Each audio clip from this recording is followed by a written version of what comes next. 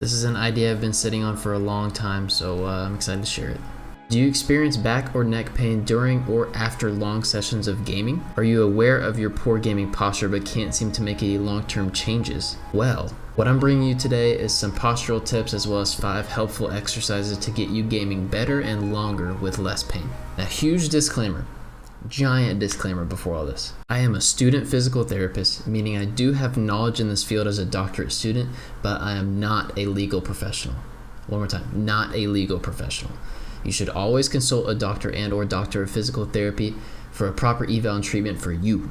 Basically, all aspects of this video are for informational purposes only and are not a substitute for diagnosis, evaluation, and or treatment from qualified healthcare providers. Now that that's over with, let's have a look at typical gamer posture.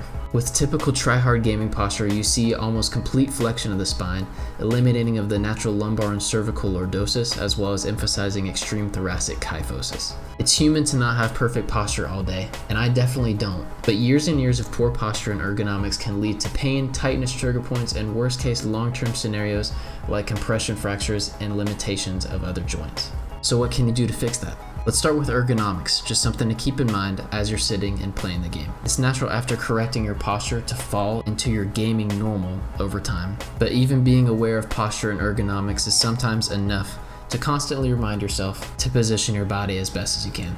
Now, there are a lot of specifics you can read about online in terms of like exact inches that your knees need to be from the end of the chair, as well as different angles of inclination that the chair can have towards the floor. But major points and improvements that you can make with any chair, not necessarily a fancy gaming one, is to have some sort of lumbar support that can fit the contour of your back. This is to help keep that natural S-curve in your spine as you're sitting to kind of promote you to sit up straight. If you're gaming on keyboard and mouse, they should be placed somewhere that you don't have to reach for. You should be able to reach these with rested shoulders and a 90-degree angle at your elbow, as well as palm and wrist rest for your hands. This next tip is going to come in handy for those of you who might get headaches or eye pain with gaming. You want the top of your monitor to be at about eye level, and this is to stop you from getting excessive capital extension and cervical flexion as you're gaming, which is that forward head posture that is seen so commonly in gamers and just people who work at their desk a lot. So again, to reiterate, try not to let those shoulders round. Keep them up nice and tall. Rested shoulders, elbows at a 90-degree angle. Ideally some rest for your palm and or wrist. Keeping a natural S-curve in the spine with a lumbar support and trying to stay away from forward head posture. Again, it's natural to fall into your gaming posture, which is why frequent breaks are a good thing and a good idea. So between matches, if you need to stand up, walk around, just get some movement and some blood flow. That way when you get back to your gaming setup, you can remind yourself to keep that posture and hold best you can. So on to those exercises that might help out. Number 1 is what's called a chin tuck. What you're gonna do is take your chin and don't bring it down, but bring it back. This is gonna strengthen a muscle on the front of your neck that gets elongated with forward head posture. Shoot for about 30 of these per day.